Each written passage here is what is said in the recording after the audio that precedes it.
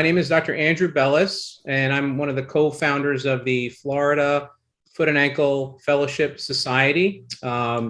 This society was kind of a brainchild of myself and Dr. Perler and some of the other fellowship directors in an effort to collaborate amongst each other to improve the quality of the state of fellowships in the state of Florida.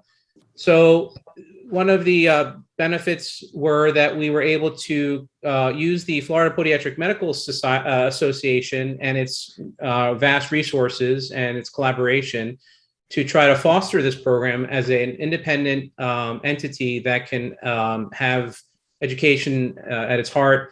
And through my experiences with the FPMA and their desire to support education at the residency level and at the fellowship level, we're able to kind of work with them to end the Florida Podiatric Medical Society, which is the not-for-profit arm of the Florida Podiatric Medical Association, to be able to offer educational opportunities for these fellowships and across the state of Florida. Let's go to the next slide real quick.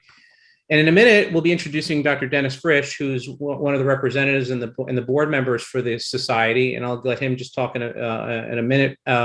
Actually, if it's okay with you, Dennis, maybe this would be a great introduction for you to give your quick introduction of yourself and what the society is doing to help the fellowship. Sure, Andrew. Thank you. My name is Dennis Frisch, and I am the Vice President of the Florida Podiatric Medical Society. As Dr. Bellis said, it is the charitable arm of FPMA and is charged with advancing podiatric medicine throughout the state, whether that be through PR and education and other projects and programs. We're very excited with Dr. Bellis, Dr. Perler's idea and the work of them and others, and happy to work with the Fellowship Society. And we're hoping that you enjoy the program tonight, that you tell other residents throughout the state that this is a good program. We're thankful to Stryker for providing helping to provide the education this evening. And for those of you who are residents and are fellows, when the time comes to choose your membership in FPMA and the things that it supports, such as the society and the fellowship, we hope that you'll do so. Enjoy tonight's program, and thank you for a few minutes. Thank you, Dennis. I appreciate it. Briefly, a little bit more in-depth information about the society, the Fellowship Society. Our mission is basically, as we mentioned, to improve the status of education for fellows, collaborating with the state, and to just basically increase the overall standard of education for fellows in the state of Florida. Let's go to the next slide. And let's go one more slide, if that's okay. So far we have in this webinar series, we have many of the, if not all of the fellowships in the state of Florida as part of this society at this point in time. Obviously, it's hard to keep track because there's new fellowships opening up all the time. But at the time of origination, these were some of the fellowships that kind of joined this program. And there's some from around the state here, and obviously these are all excellent programs. We've also, as part of this webinar series, we've allocated or assigned each fellowship program and their fellows an opportunity to present to you some educational material of different specialties and different topics. And we've also had some guest fellowships that have offered to present as well. We're hoping this will become an annual meeting and educational platform that we're hoping to keep free for everybody and just promote fellowships in our state and in general. Next slide, please. So again, this is a roundtable of excellence. So we're hoping to make this a very high level experience for you through education, exposure. Again, we talked about the monthly meetings that we'll be promoting, as well as asking to partner with industry to assist with sponsorship of these educational materials. Let's go to the next one. Okay, so just looking forward, and then we'll kind of focus on what we're doing today. The next two meetings the next meeting will be next month, which will be from my fellowship program, the Orthopedic Center of Florida, and we'll be speaking about our experiences in ankle arthroscopy. And then the month after that, we'll be speaking about total ankle replacement by Dr. Warren Windrum at Westside Regional Medical Center. And then if you go to our website, and you can just Google Florida Fellowships FPMA, and you'll bring you to your our website, where we have a listing of all the upcoming webinars and some more information about our program and our society. Let's go to the next slide for just a minute. So we've been very. If you can mute when you're not talking. Thank you. So basically, this webinar series is being sponsored by multiple industry, and this series, particularly tonight, we're very lucky and very honored to have Stryker be our main sponsor for this meeting.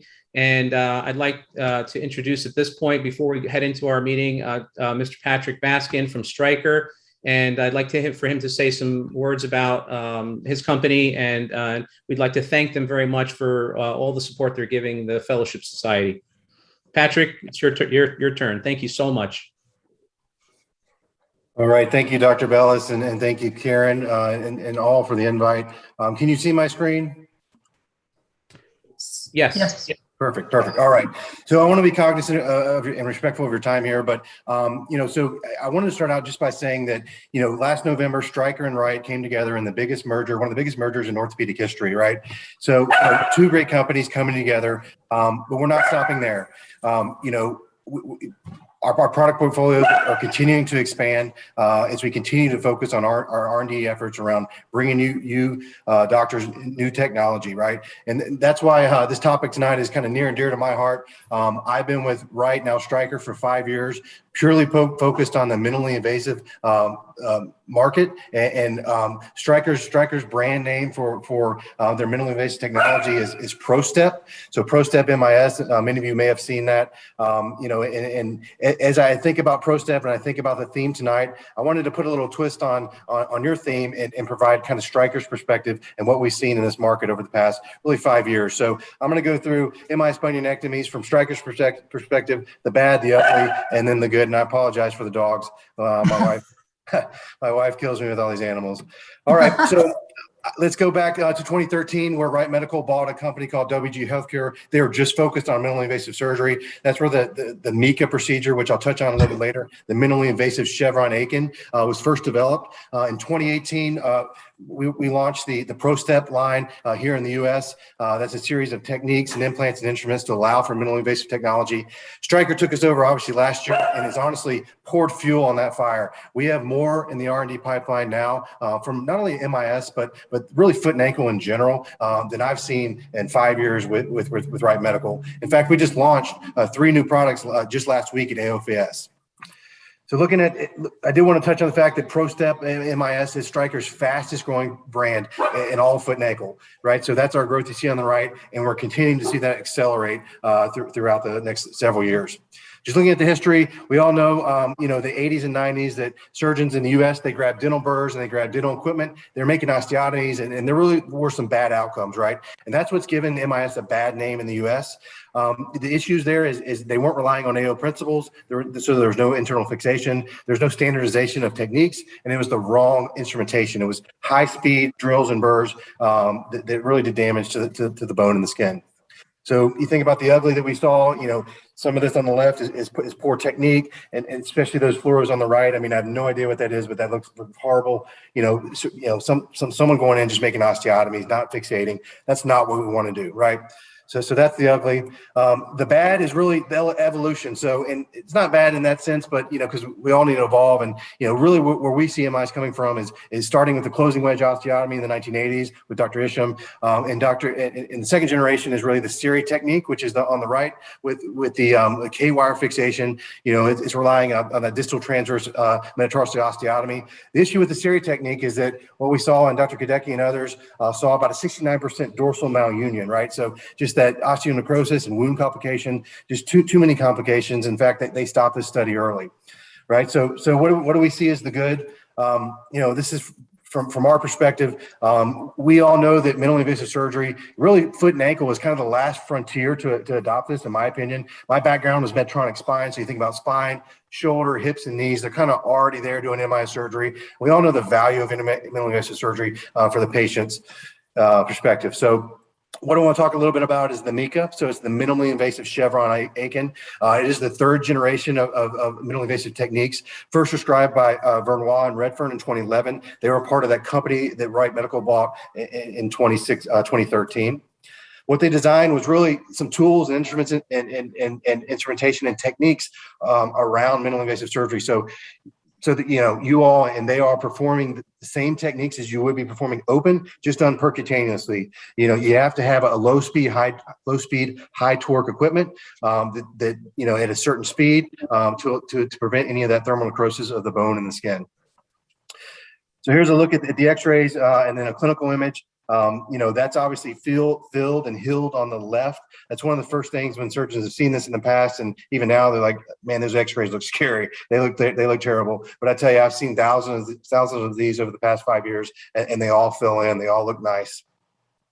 So let's just touch on the clinical results, and I'll get to the end. So as we evolve forward, we look at in 2013, we saw Vernois and Redfern, no major complications in the MICA technique. Brogan in 2016, comparable clinical and radiological outcomes to open, which is very important. Lamm in 2016 saw shorter OR times, improved cosmesis, and higher patient satisfaction. Same thing for Lee in 2017. And then most recently in 2018, building on that data, Dr. Lai saw the same thing. And then earlier back this summer, JBJS published a 292 series with Dr. Gordon et al. And really the big thing in this study was around reoperation, right? So they saw a 1% reoperation rate, less than 1% reoperation rate, which is an important thing, right? Again, granted, 2 years, we really need to see 5-year data or more, but 2 years is promising. Just to look at some clinical x-rays, some clinical images, sorry. 6 weeks, beautiful healing there. So looking at the data, building off that clinical history, what are we seeing? What are the clinical benefits here? Really what I hear from most from surgeons is less postoperative pain. You know, patients coming back in with in the sandal or honestly pushing it a little bit too hard, but because they're just have very little pain. The big thing also around stiffness. So this is an extra-articular osteotomy. We're at the metatarsal neck junction, so we're not disrupting the capsule at all. We're maintaining a nice range of motion and allowing women or whomever to get back in the shoe wear of choice. So conclusions here again: the custom instrumentation, the right instrumentation, which combined with stable internal fixation, relying on AO principles, has really produced some great data. We talk about the extracapsular nature of this, protecting the blood supply and post-op stiffness. So what do you get is a functional painless joint, restoring normal alignment, and ability to wear a normal shoe of choice. It's not only the range of motion that you get, but you get a nice narrowing of the foot, which, as you all know, you don't often get, or you don't always get with other bunionectomies. Whole list here. I think I hit on all these. You know, there is a embarrassment of riches when from my job when it comes to claims we can make on a product just because of these outcomes. So last 2 slides here. Why do I say that MICA is not only good, but the best minimally invasive bunionectomy? It's really built around the longest clinical history of any MIS bunionectomy, robust clinical data, and then Stryker, kind of introducing this to Wright Medical, building off Wright Medical, introducing this to the U.S. in 2018. You have industry-leading support and not only training, education, sales rep follow-up, tools and resources that we can help you with. So that's all I had. So I just want to thank you, Dr. Bellis and FFAFS for having me tonight. Thank you very much, Patrick, and thank you to Stryker, as well as all of our industries, but especially Stryker for tonight. And I think it's really important that we, support the companies that support education in our field. And we're very grateful for the generous support you've given us.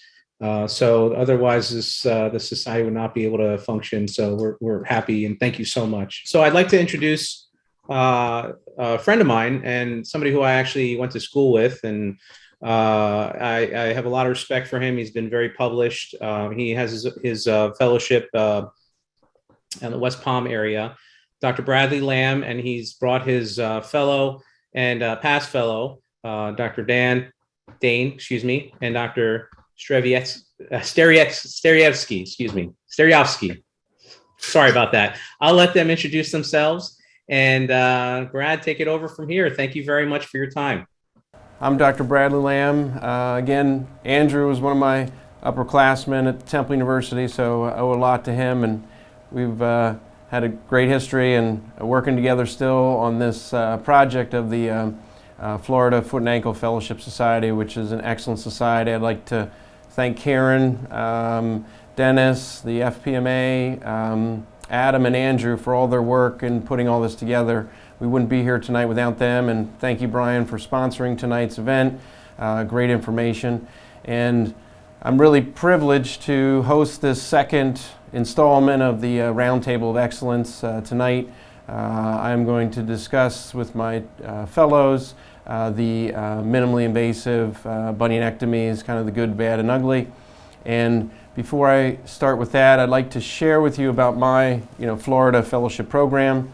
And I'm going to play a short video here to share with you the experience you would gain here at the West Palm Paley Institute Fellowship that I am the director of. Hello, I'm Dr. Bradley Lamm. I'm the director of the Foot and Ankle Deformity Correction Fellowship here at the Paley Orthopedic and Spine Institute, housed on the campus of St. Mary's Medical Center and the Palm Beach Children's Hospital. Our fellows will master the surgical skills necessary to perform accurate foot and ankle deformity correction procedures. Treating both children and adults, they will perform not only the most common foot and ankle procedures, but also the very complex. The fellow will also gain surgical experience from a wide range of complex foot and ankle surgery techniques, such as minimally invasive bunion surgery, Charcot foot deformity correction, limb lengthening correction, total ankle joint replacement, and brachymetatarsia, to name a few. The Paley Institute was founded by Dr. Dror Paley. He's a pioneer in limb lengthening and deformity correction surgical techniques. Dr. Paley has handpicked world-renowned surgeons that are experts in their field to join our institute. This provides our fellows a great advantage in being exposed to world-renowned surgeons here at the Paley Institute. Taking part in weekly educational conferences, the fellows will learn about complex deformities and the thought process used to correct them. They learn firsthand the variety of surgical techniques from my partners and myself to further enhance their educational experience. If you're interested in learning more information regarding my unique fellowship, please contact the number below. Thank you.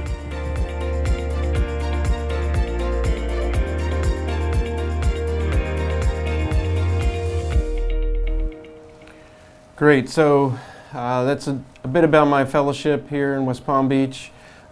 Please contact me or my fellows, for further information regarding that. I'm really honored today to be joined for this roundtable discussion with my fellows. My previous graduate fellow, Dr. Elvis Danne, is here to present with me, as well as my current fellow, Dr. James Steriovski, who is also here to present.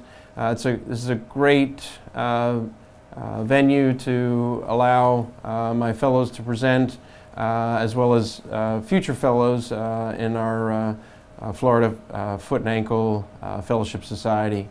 So tonight I'm going to give some information on the minimally invasive bunion surgery, but also my fellows will give their opinions and information as well. So such a great venue. Again, Andrew, thanks for putting it together here tonight. And I'm going to turn it over now to Dr. Steriovski, who's going to discuss the first part of our lecture, which is kind of the introduction to the MIS. Thank you, Dr. Lamm. Welcome to Lamm Nation, everybody. Thank you for this opportunity. It's a unique position to be in. I feel like this state is probably one of the first states to start a society for fellows and to look out for fellows, and it's nice to see that other state fellowship directors are going to participate. So I'm really excited to be a part of this and to see where this goes in the future. But for now, I'll give us a brief history on the minimally invasive bunion surgery. Thanks to Pat from Stryker, he kind of touched on it a little bit, so I'll go in a little bit more detail, and I'll try not to overlap too much, but let's get the ball rolling. So to start out, bunions were first documented at the end of the Dark Ages, entering into the medieval times by Black Friars of England. Today, the original findings from the Middle Ages remain at the Museum of London today. The term bunion itself is actually derived from English and French terms to describe a bunion. Today, there's many different terms to describe a bunion, such as hallux valgus, and you have hallux abductor valgus. A bunion is defined by the lateral deviation of the hallux, an enlarged medial eminence, and radiographically by an increase in the 1-2 intermetatarsal angle. So a little bit about the history of bunions as a whole. The earliest reports of surgically corrected bunions was back in 1836. However, the first to describe a successful bunion surgery was Dr. Reverden. And as you can see throughout the years, there's been several described variations that came off the Reverden to the Austin, which is the chevron that we're all familiar with, Youngswick, and then the long arm of Kalish. Your traditional open surgery allows direct visualization of the bone and joint. However, it actually disrupts the capsule. And in this disruption of the capsule, the thought is it causes an increase in pain and swelling postoperatively, as well as stiffness in the joint long term. Just to walk through a standard medial approach, you expose the capsule there, and then you perform a capsulotomy. And once you have your capsulotomy, you can see your first metatarsal head and analyze, see if there's any damage to the cartilage. And then you resect your medial eminence, and you have a good surface to perform your standard chevron osteotomy. However, here you have to take care because there's anatomical structures on that lateral side that we'll go into detail here that could cause postoperative complications.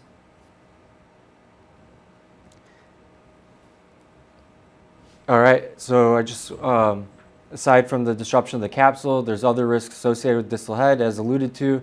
This article highlights the disruption of the blood supply to the metatarsal head.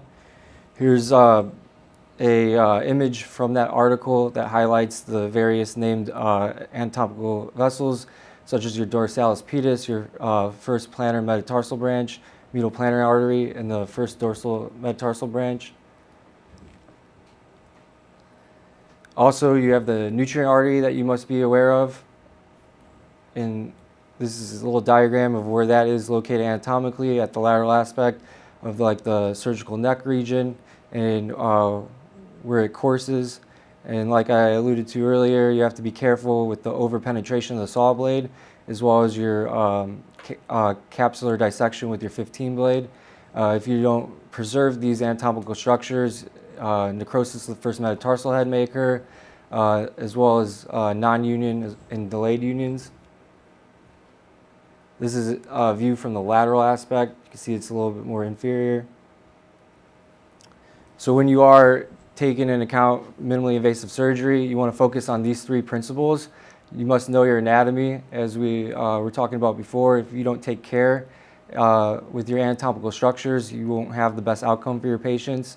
Also, utilizing the appropriate equipment. As you can tell, there's multiple different techniques for minimally invasive surgery. So knowing which equipment allows you to achieve what you're trying to accomplish the most efficiently and effectively.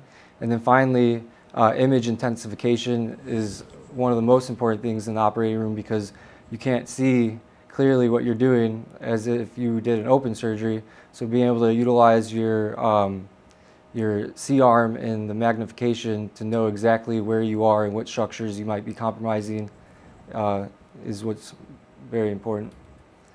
So a little bit to follow Pat, Martin Polikoff. He's a graduate of OCPM. He kind of looks like the prototypical grad from that college. Just kidding. but he essentially is regarded as the pioneer of minimally invasive surgery. He started describing these techniques back in the 40s. He used chisels, rasps, spears, and a galvanic current, but no fixation. And then in the 60s, technology got bigger. They realized that more aggressive instruments would be beneficial. So Dr. Prouder started using larger hand rasps, but then Dr. Weinstock essentially put an bone rasp on an electric knife, and then shortly after that, the burr became popular. This is a systematic review performed by Dr. Rukas back in 2008. He examined MIS bunionectomies. The review included 3 articles, which all describe performing the surgery through small incisions utilizing a burr. None of the included articles utilize fixation. I think that's pretty important. And then they highly relied on using postoperative dressing to splint the correction and then have the soft tissues kind of scar into place from there. The orthopedic community was kind of concerned about this, so this quickly faded away because of the no use of the fixation. But some surgeons powered through and wanted to innovate, such as Kramer. He described a Kramer osteotomy. He also used the burr, but he used this K-wire fixation to hold his translation in place. And then Dr. Bosch later popularized the Kramer osteotomy in the 90s. However, he called his technique the Scott, which stands for subcapital osteotomy techniques. And then he published satisfactory results over 100 feet with midterm follow-up. In addition to the K-wire fixation, he also used a special dressing to hold the correction until osseous union. Here's just from the article his technique using the burr to make that metatarsal neck osteotomy and then translating it with a periosseal elevator while simultaneously using that K-wire to abut the capital fragment and kind of hold it in place. And here is just what he used for his dressing to kind of fix the hallux and varus so that when there was osseous union, the bunion wouldn't occur. And then one of his proteges, Dr. Mannion, kind of replicated the study, showed that it was reproducible. He also published over 150 patients with a 2-year follow-up showing satisfaction and radiographs maintaining the correction.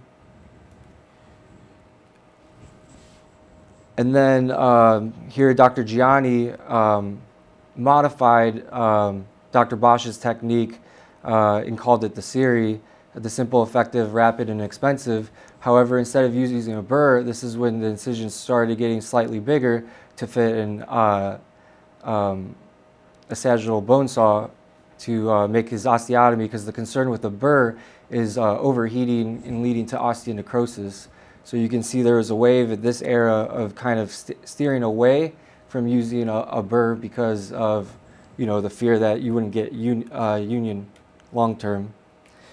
So then in 2016, Dr. Lamm put his variation out there with his publication to modify the techniques that were kind of out there to address some of the things that he found. In this article specifically, he described utilizing his osteotomy with a 1.8 wire to make several drill holes, and then using osteotome to complete that osteotomy.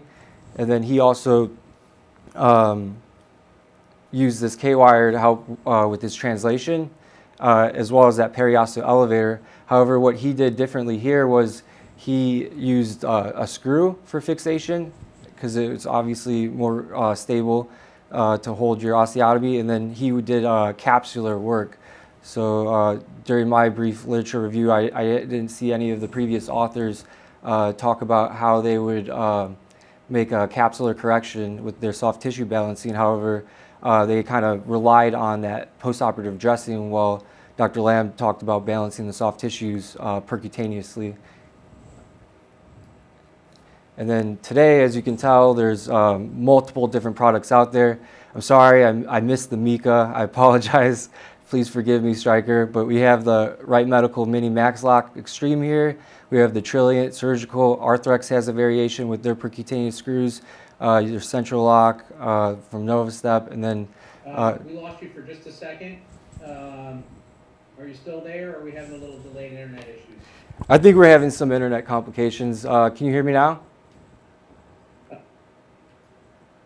Yeah, we can hear you now. All right, I was just getting to the point where I'm going to pass it off to Dr. Lamm and let him talk a little bit more about his experience with the mini bunion.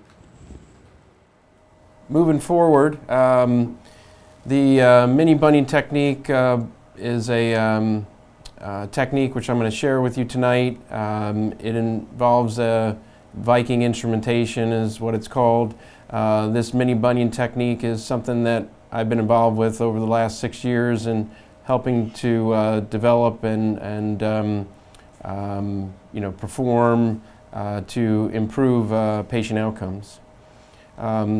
If you followed my careers thus far, you understand that angles and distances, lines, cora, deformity, planning is really important to me, and it is also important for bunion correction. And I'm going to share with you tonight why understanding the normal angles and dangles is important for correcting the deformity. This is an article I wrote together with one of my previous fellows in 16, which just talks about the normal angles of the foot and ankle in multi-planes. So osteotomy rules are an important part of deformity correction, and also cora. Cora stands for center rotation angulation. It's basically the apex of the deformity, and you can find that apex, and then you have to decide osteotomy, is it going to be at the apex, away from the apex, or the cora. So I'm just going to show you how this applies to bunions. So the osteotomy rule 1 you see here on the right side of the screen, say it's a tibia, the long axis proximal, long axis distal, red line, blue line respectively. And if you do your osteotomy at the cora where those two lines intersect, you can get a straight bone. Basically the red line, blue line become one single line, and you can do either an opening wedge, closing wedge, or opening and closing wedge, as you see in the middle of the illustration. So how does this apply to bunions? Well, this is something I've been predominantly involved with, is applying deformity principles and deformity planning to foot and ankle surgery. And it's an important understanding that you must have, and I'm going to show you why. So here's a cora that we've decided that's at the proximal joint, or at the Lisfranc joint. So the normal angle, the yellow and blue line, is the normal IM angle, and we want to achieve that, and our cora is proximal at the joint.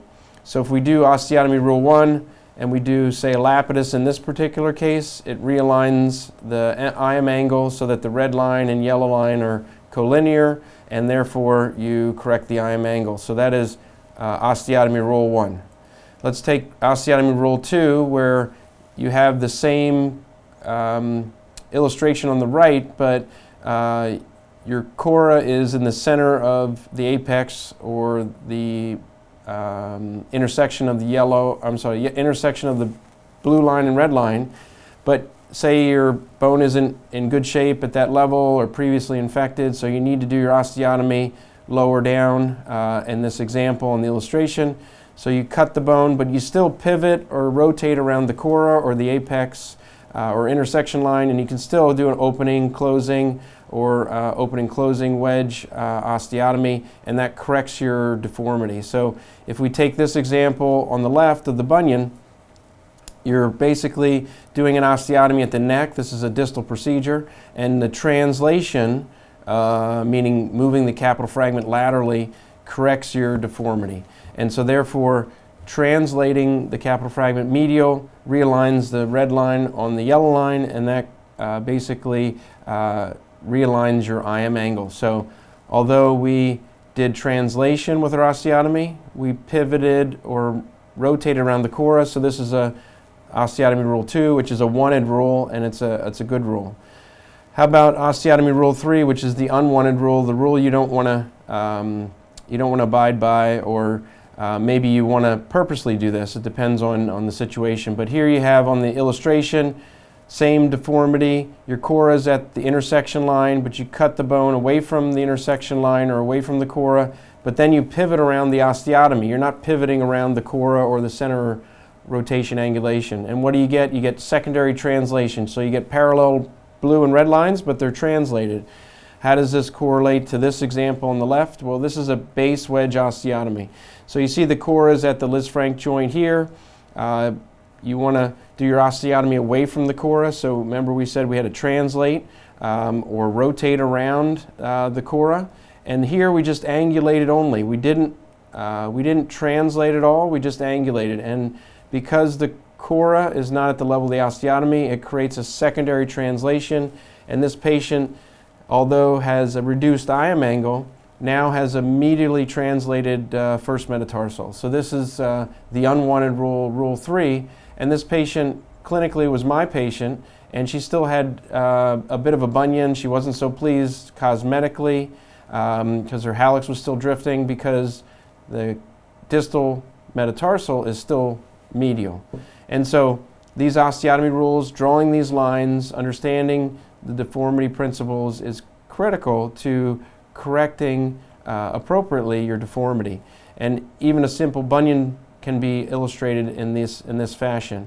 And so it doesn't necessarily matter what hardware you use, what techniques you use to cut the bone. Of course, those things matter, but what you want to really achieve is the realignment, and that's illustrated here.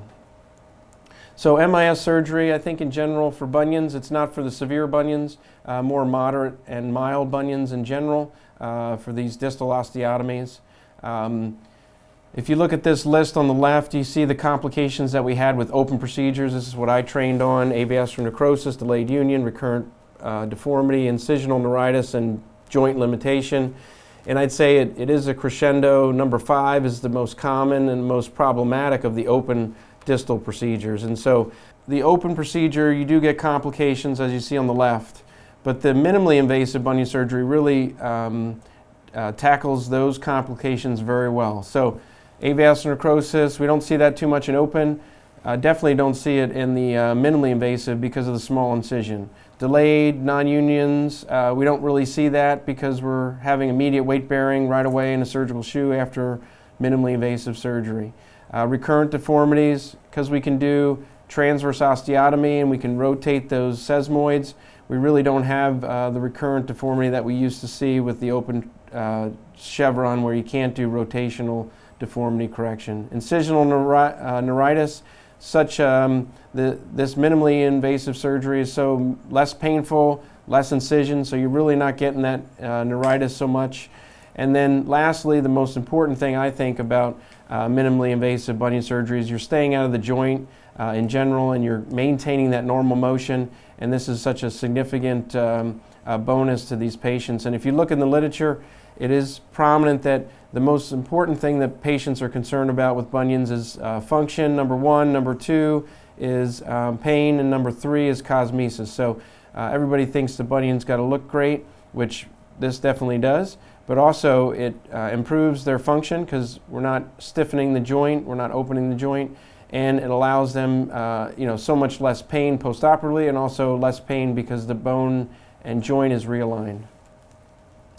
So this 6 years ago, I went and discussed this with Crossroads, and I took these ideas and combined this to make this mini bunion device. And basically, it's a stable construct rather than a wire, which is relatively stable, not really stable. And it also has ability to do soft tissue correction. You see the distal hole in the intermedullary device, and that allows you to do some capsular correction. So it's a soft tissue and bony correction device, which I think is essential for bunion correction.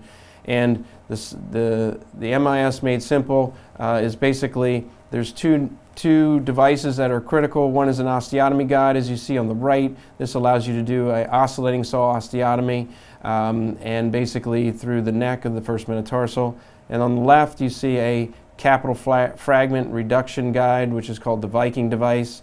And it's a temporary device you put on to make sure you have control of the capital fragment. You realign it both angulation, translation, rotation, and then you can lock it in place and then remove that Viking device. So you can cut the bone in many different fashions with a saw, with a burr, with multiple drill hole osteotome osteotomy type technique. I found at the neck level a saw or an osteotome heals just the same as far as healing rates. So the saw has an advantage where you can really rotate and it's a flat surface. So this is something that is typical in my practice is saw osteotomy, and the healing rates I did not find in comparison with the osteotomy. Osteotomies wasn't different with the saw.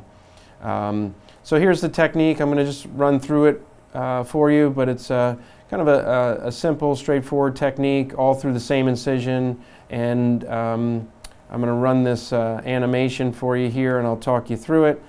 This is again the Crossroads mini bunion device. So what you want to do is make sure, as Dr. Steriovski said, you want to be good with x-ray, and so putting the patient in a bump format here where you get orthogonal views is really critical. You mark out your locations of where you're going to be working, so you do your long axis on the lateral and you mark that on the skin. You also do dorsal markings with the wire, the distal joint level, so you know where the head of the first metatarsal is most distally. And then secondly, you measure the neck. This is where we're going to make our osteotomy, so this is really critical. We want to be orthogonal or 90 degrees to the long axis, and where the ink lines on the skin line up, then you're going to do your osteotomy level there. So you insert a wire, and then it's kind of guided from there, or instrumented from there. Make a small incision, maybe 2 centimeters in length, something of that nature. And as you get better, you can go smaller, but at first I would say keep it a little bit larger. You measure the length of the device. There's 2 lengths of the intramedullary device, and then you do your osteotomy guide. You slide it right over the neck. It's a little proximal to the neck, just a little bit proximal. You put in 2 guide wires, which holds your osteotomy guide in place. You remove your wire. You mount your distal screw or distal pins for your capital fragment and the Viking guide. Then you remove it. Now you're ready for the osteotomy. You cut with the saw. Usually I cut halfway, remove the guide, and then just finish it off. That way now you have your transverse osteotomy. You can angulate, rotate, and translate. You load up your intramedullary device. There's 2 widths. So then you put in your intramedullary broach, just a instrument. You can use a Freer elevator, and that gets your canal ready for your implant. Your intramedullary device is then going to be inserted. You can see the Houston passer there for the later, and then you tap it in, and the neck of the implant goes to the metatarsal there. And then what you're going to do is check on fluoroscopy, which is important. AP lateral, make sure you got the right positioning of the implant. Then you are going to do a oblique screw across the neck of the first metatarsal. This is usually like a 14 millimeter length screw. You want to grab that lateral cortex, and this basically is going to be inserted right through that same incision from where you made the osteotomy and inserted the implant. The screw goes in, and you don't want to over tighten it. You just want to put it in there so it holds position. You put on your Viking device, and now under fluoro you can rotate the sesamoids, get your sesamoids reduced. Again, I see like a 5 degree, sometimes 10 degree, but not a huge shift like you see rotation wise in a Lapidus. You put in the other 2 locking pins proximal in your Viking device. Now everything's held stable in the sagittal plane, transverse plane, and you can do your distal screw and your capital fragment. This is a locking screw into the intramedullary plate device, usually like 20 millimeters in length. It threads in, locks into the plate, and then you can remove your Viking device and you give a little bit more tightening to the oblique screw.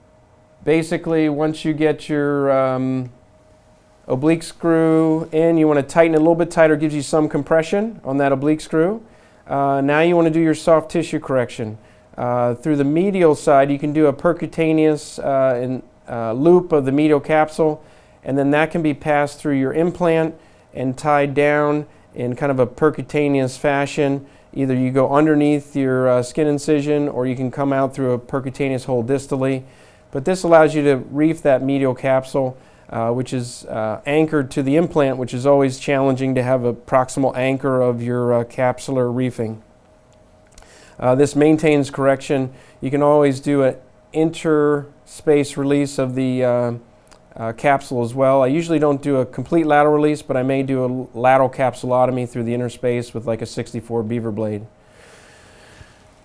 So that's the technique in a nutshell. Again, it differs. It's stable fixation, not as you see here with the Bosch technique, and that's important. You see that over time you get really good bone regenerative formation at the osteotomy site. You really are preserving that periosteum, so over time you get preservation. Of course, sometimes you have to add the Aiken procedure as you would, that's surgeon preference. I typically go for soft tissue rebalancing first, and then if I need an Aiken, to add the Aiken at the end. And again, you see that you can get this rotational correction, and again, the x-rays look different at first and concerning, but believe me, these patients heal very nicely, especially because of the percutaneous nature. So now, 2 years, 4 months or so, been doing this procedure, over 225 implants I've inserted. The real hard data, which my fellows and I are going to publish here, basically says like 3 delayed unions. I'd say mainly the elderly, plus 65 patient age group are typical in these slower healing osteotomies.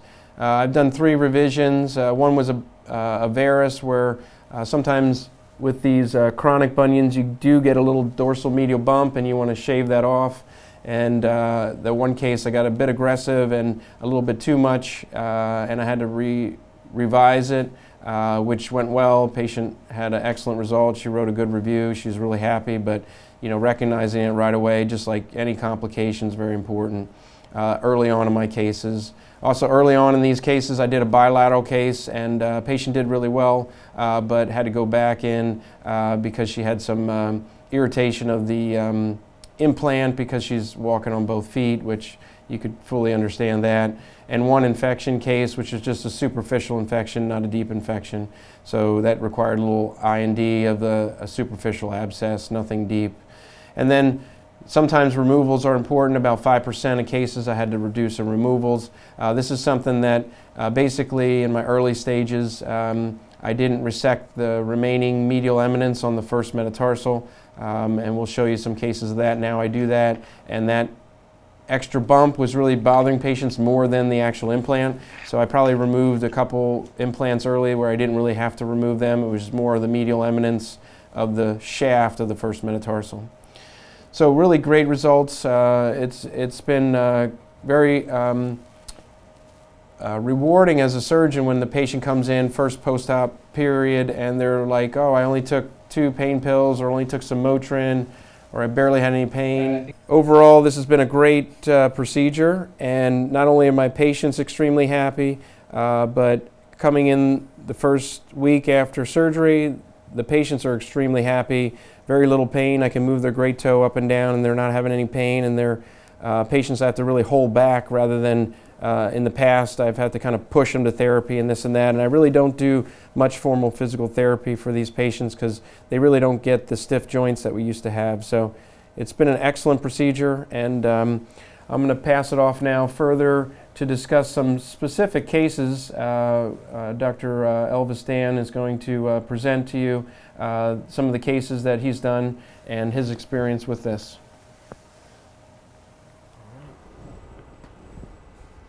Hey guys, I am Dr. Elvis Danne. I'm a graduate of the Foot and Ankle Deformity Correction Fellowship here under Dr. Bradley Lamm. So I'm going to be presenting on some MIS bunion cases and my experience during my fellowship year. So just a quick overview. I'll be reviewing some checkpoints that Dr. Lamm hit upon, but just kind of some that I developed as a young surgeon, and then go into a few cases and discuss some pearls throughout those cases and through the checkpoints. So in our experience here, we've done over 200 plus cases. The mini bunion and a lot have been during my fellowship year, and we've corrected the mild to moderate deformity as well as the severe deformity, and those patients unable to tolerate that non-weight bearing. So these are my 5 checkpoints. Just when I go into the case, I kind of prep up until the guide wire insertion, the incision, the osteotomy, fixation, capsule, and just go through those to be methodical during the surgery. So going through the first step here, obviously we want to get the patient supine on the table, bump the foot so we can simulate a true weight-bearing AP, and then first is the guide wire placement. And under C-arm, we place the guide wire 90 degrees to the first metatarsal, driving bicortical medial to lateral. And then we measure for the implant size, so we kind of dial it in for the patient, whether it's a long or short implant or a bigger implant to give us more correction, or if we need a little, not as much correction, we can do the smaller implant. Next up is the skin incision. So this is an example here of the medial skin incision that we make along the wire, and it's usually 1 to 2 centimeters in length. Then after the skin incision, we dissect down to the periosteum and then remain extraperiosteal with an elevated repair for the osteotomy. So this is a depiction of the length of the skin incision here. So for the osteotomy, it's a transverse osteotomy that we make along the guide wire, and we keep it perpendicular to the long axis of the first metatarsal. So during the osteotomy, we cut halfway down the wire, we pull the wire, give it a second, and then complete the osteotomy. Stopping halfway does help to prevent the overheating of the saw blade and kind of help prevent thermal necrosis. And then we use the elevator to bridge the canal. So with insertion of the implant to the imaginary canal, we go up the metatarsal, try and stay down the middle, which also allows the translation of the capital fragment here. And then one of the things that I picked up on and that I've had to do during this step is to retract the skin and the soft tissue around the implant so that it lies flush to the capital fragment there. And then for the oblique screw here, once the implant is settled in the canal, making sure that you get some good real estate prior to drilling, and then you want to drill parallel to the weight-bearing surface so that the implant doesn't rotate within the canal, which will rotate on the metatarsal head and can cause the issues in the sagittal plane here. So confirm the head position on the lateral prior to drilling, and then correct the frontal plane and maintain that correction, and then pin that first met to the second met. And then drill and lock the screw on the plate, and this you can get really tight. So one of these sources of post-op pain, as Dr. Lamm was referring to earlier, is this medial overhang on the proximal met shaft. As you can see where the arrow is pointing, this was a source of a lot of pain early on, but we used this sagittal saw and just shaved down the bone. And you do it because it can kind of prevent that rubbing issues. So I'll show a picture of that afterwards at the end here after the capsule. So for the capsule balancing of the first MPJ, we used on C-arm a lateral release, and we just cut the lateral capsule, kind of dorsal and central capsule, trying to get too far planar, because we've seen just in that one varus case where we've also just released a little too much. Next step is that mediocapsular tightening. So we use a 0 vicryl and really just reef that capsule, and then we have the assistant hold the toe in an overcorrected position and really lock it down. So as you see on this depiction here, we catch that distal dorsal and distal planar capsule and really straighten that, tighten that over. So this is that final construct here. We see the translation, see the correction, reduction of the deformity, and then also that resection of that proximal overhang. So in our first case, we have a 59-year-old female. She presented with this left bunion deformity that caused her difficulties with walking, wearing high heels, and then that she has the most pain with this kind of prolonged walking, and she just wants to get back to playing with her grandchildren without any pain. And then in the past, she had an attempted bunionectomy by an outside provider that included a complication. So this is her pre-op images. She has this 15-degree IM angle, and she has that medial bump pain and that drifting of the hallux. So post-operatively, we operated on her in June, and then 4 months later, we noticed on the x-ray that good remodeled bone and that regenerative bone healing there. And she's returned to walking in her high heels, walking routine, playing with the grandkids. And that regenerative bone we noticed when we leave that lateral periosteum intact, that minimal dissection, and we see that bone filling in there. And these are some post-op clinical pictures at that 4-month mark. Really, the minimal scarring there, just full range of motions. We don't have her any shoe restrictions, and she's back to doing everything she would like to do. You see the medial bump here. We shifted her over, and you see this good regenerative bone healing here at 4 months post-op. And this is her clinical pictures 4 months post-op, no shoe restrictions, and she's back to doing all our activities. All right, so our second case, this is 47-year-old female. So she described her foot as unsightly and that her bunion pain hindered her marathon training. So she came to us really, as she said, the appearance was worse, then the pain became worse, and the bunion was pushing the toes over, causing her blisters on that fourth toe there. That really caused her pain when she was running and when she was snowboarding. So she came to see us, I believe, 3 times before committing to doing the surgery. And then this is her 3 months post-op. And then you see on the lateral here, no displacement within the canal, and she's nice and rectus here. So this is her 3 months after surgery. She's returned to snowboarding. She's back to running. I actually spoke to her yesterday at her kind of one of her follow-ups, and she ran 5 miles on this past weekend, and she's running 6 this weekend, and she's doing a half marathon in December. So this is a 46-year-old female that presents with this chronic painful right bunion. So she's had previous joint injections by another provider, and then she states that she can no longer wear her old shoes and continues to buy wider shoes, and she's unable to go to her Orange Theory fitness classes because of the bunion pain, and she came to us for a minimally invasive approach to reduce her pain. So this is actually a 2-year post-op where you can see the implant stable. The screws are still in place. She has regenerative bone healing, and she's back doing everything that she would like to do. And this is the immediate post-op with that less than 2 centimeter incision and a nice rectus toe. So this female here, she's a 67-year-old female that had this chronic painful right foot bunion, and it's more of a severe bunion. She continues to buy wider shoes, and she has not gone with bunion surgery in the past because of all the horror stories she's heard, and we discussed a proximal procedure for her, but she wanted to do something that she can remain weight bearing. So as you see, here's her pre-op image here on the left. She has a huge IM.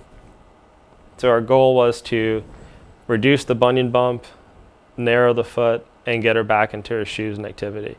This is one of those older patients that you want to be careful with, and she also had the major deformity. So 6 months post-op here, she's actually scheduled to do the other side, which is, I believe, even more deformity on the other side. So, yeah.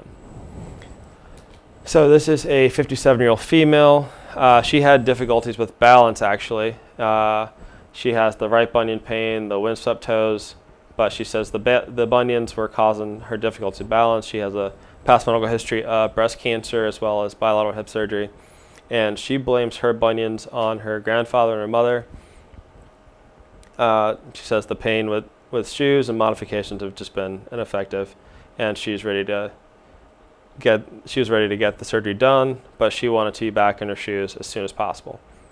So on the left here, you see the lateral deviation of all the digits, 1, 2, 3, 4, as well as a large IM, and then the pre-op clinical picture, I think, even looks worse than the X-ray. But post-operatively, we were able to do the minimally invasive bunion procedure for her and get her nice and rectus, and then correct the toes with some capsulotomies, and she's very happy. She actually said that this bunion procedure was the best thing she's ever done. So this is our female tennis player that can, she participates in doubles tournaments, and she has had this painful bunion for the last 30 years, which she's just neglected to have fixed until she couldn't wear her ballet flats. So this is her pre-op, which she was just having pain playing tennis, pain with traveling and walking around, and she's a jet setter. So this is her pre-op images here. And she's actually currently traveling to Rome, and she's back in her ballet flats, and she's going to be walking all over Italy. So this is her immediate post-op image here. And then on the upper left, this is her today. She sent me a picture. She's in her ballet flats and pain-free. This is I believe 2 weeks post-op. She took a trip to the Bahamas, and she was in her post-op shoe, and she promised not to do too much. So she basically said she was carried and placed in the water, and she was just hanging out.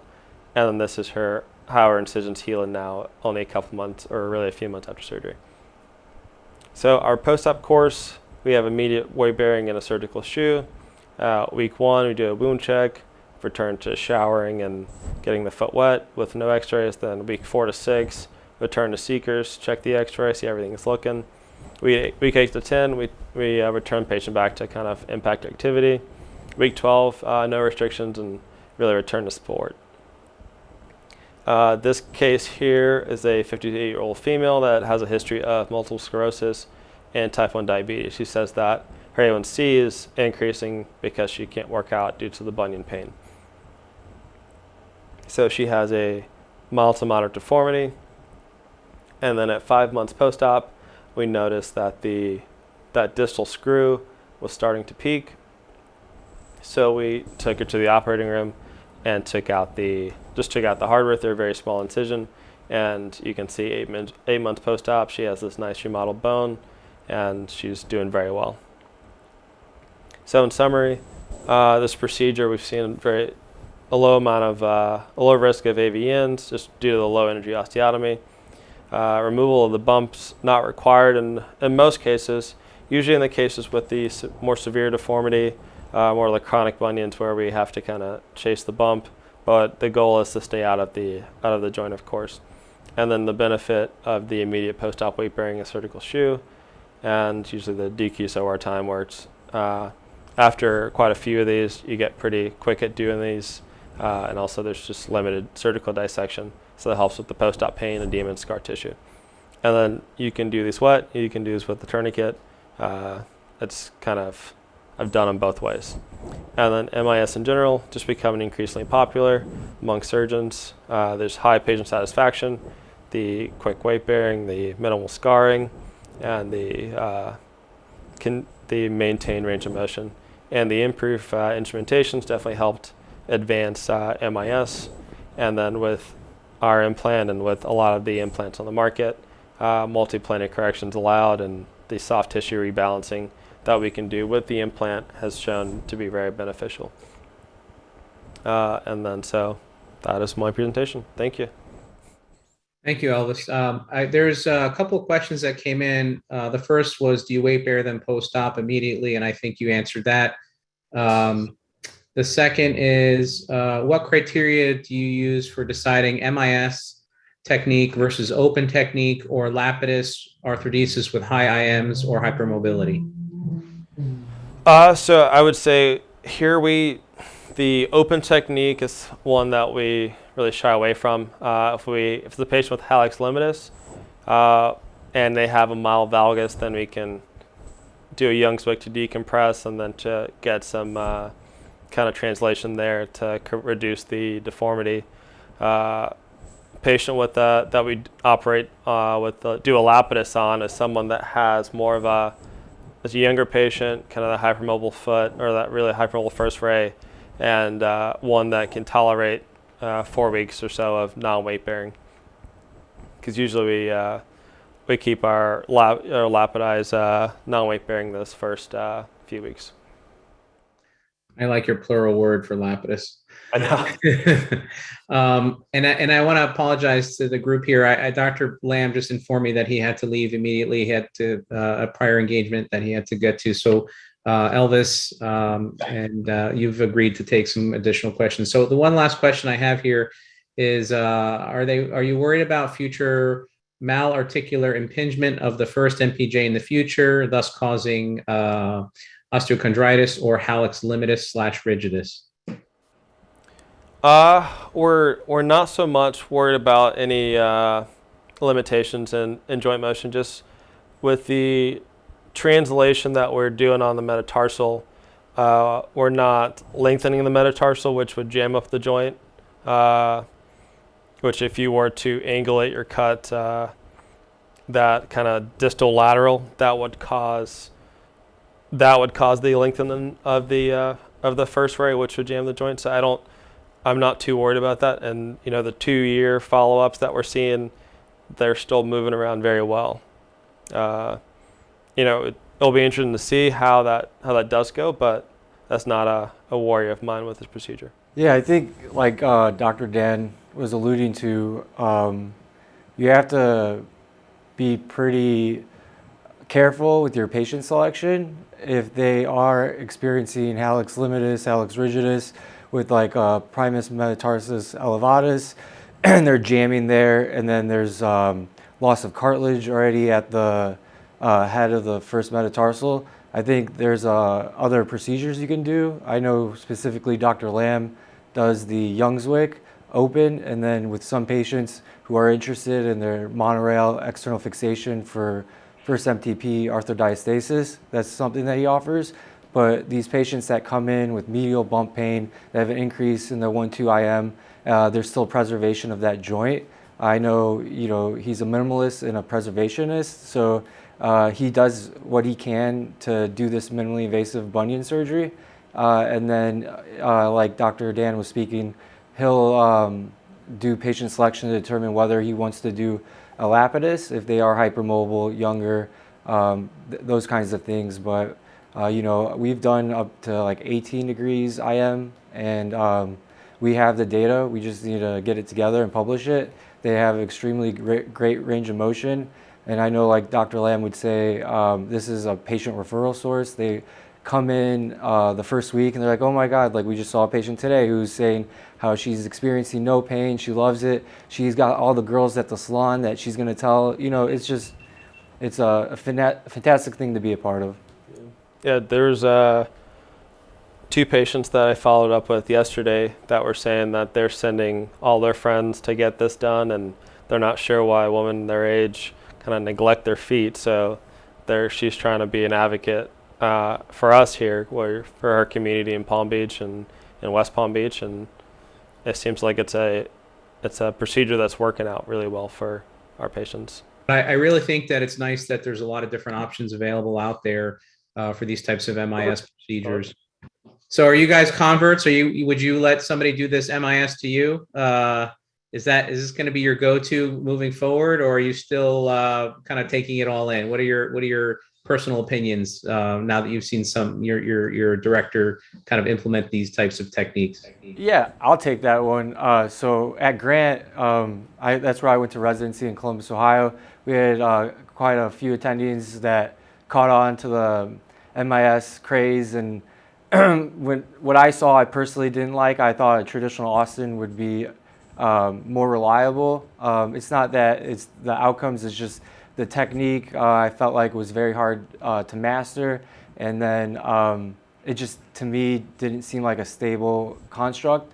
But I mean, I'm not trying to talk bad about anybody, that's just my personal feelings. And then when I came as a resident to interview with Dr. Lamm, it was one of the operating days, and this was about 2 years ago when he started doing these, and it was just something I've never seen before, and I thought it was cool and innovative. And then now that I'm here and seeing these patients firsthand, I'm a convert. I definitely plan to implement this, and hopefully as a young surgeon, it helps me grow my practice pretty early on. Well, I think it's getting a little bit late, so let's just wrap this up. Thanks docs for participating, and please thank Dr. Lamm, and we appreciate everything you guys are all doing for the society. I think you guys did a great job tonight. I do want to mention that I think this venue is ideal to allow young practitioners and fellows to showcase what you've learned, your communication skills, and some newer technology that's out there to this group. And I'm really looking forward to seeing you guys flourish in your careers. And I think this is just testament that it's all about continuing education and supporting our younger members moving forward. So thank you so much for taking an interest in doing this, and thank you very much for your presentations tonight. I think you all did a great job. I also would like to thank Karen Lambert and FPMA staffing and the FPMA, as well as the society, which is our educational arm that is also supporting us through this process. And lastly, I really want to send a big shout out to Stryker. Thank you, Patrick, for really supporting this. And it's testament that all of the support that we get from all of our vendors, we try to be as neutral as we can, if possible. So our support from different vendors is combined and it's randomized throughout the different webinars on purpose to make it a little bit more of a general educational support system. So Patrick, thank you so much for supporting us, and we thank our other sponsors as well. And we thank you all for attending tonight. Karen, is there anything else you want to say before we finish? Please join us October 28th when Dr. Bellis will present the next webinar in the Roundtable of Excellence series. Yeah, don't miss that. Don't miss that. It's going to be amazing. We're going to have an awesome time. Thanks, everyone, for attending. All right. Thanks for having us, guys. Thank you, too. Thank you very much. All right. Have a good night, everybody. Thank you. All right. Thanks, everybody.